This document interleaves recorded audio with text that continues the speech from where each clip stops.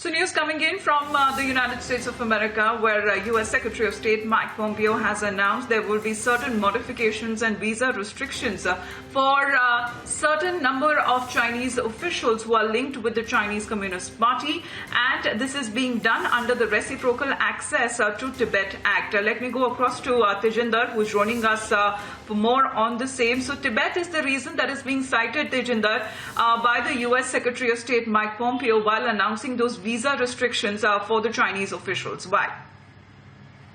Yes, Amita, the United States Secretary of State Mike Pompeo has announced visa restrictions for a certain group of Chinese officials under the Reciprocal Access to Tibet Act. You see, the Beijing has continued systematically to obstruct travel to the Tibetan Autonomous Region and other Tibetan areas by U.S. diplomats and other officials, journalists and tourists, while Chinese officials and other citizens enjoy far greater access to the United States.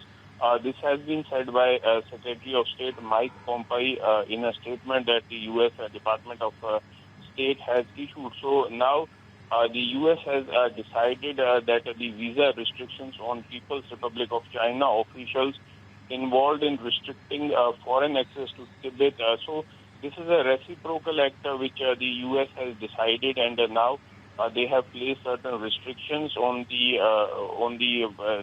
People's Republic of China members and the officials of the Communist Chinese Party. So they will have to face certain restrictions while they will be applying for the U.S. visa. So clearly, the U.S. is upping its ante against the Chinese government, the Chinese officials, and the Chinese Communist Party. This decision has been taken as the Chinese government has been continuously blocking the visit of the foreign nationals, especially the U.S. nationals, including journalists, officials, the human rights activists who want to visit the Tibetan region. And now the U.S. has also decided that similar visa restrictions would apply to the Chinese officials and the Chinese Communist Party members if they have to visit the United States. Yes, Amita.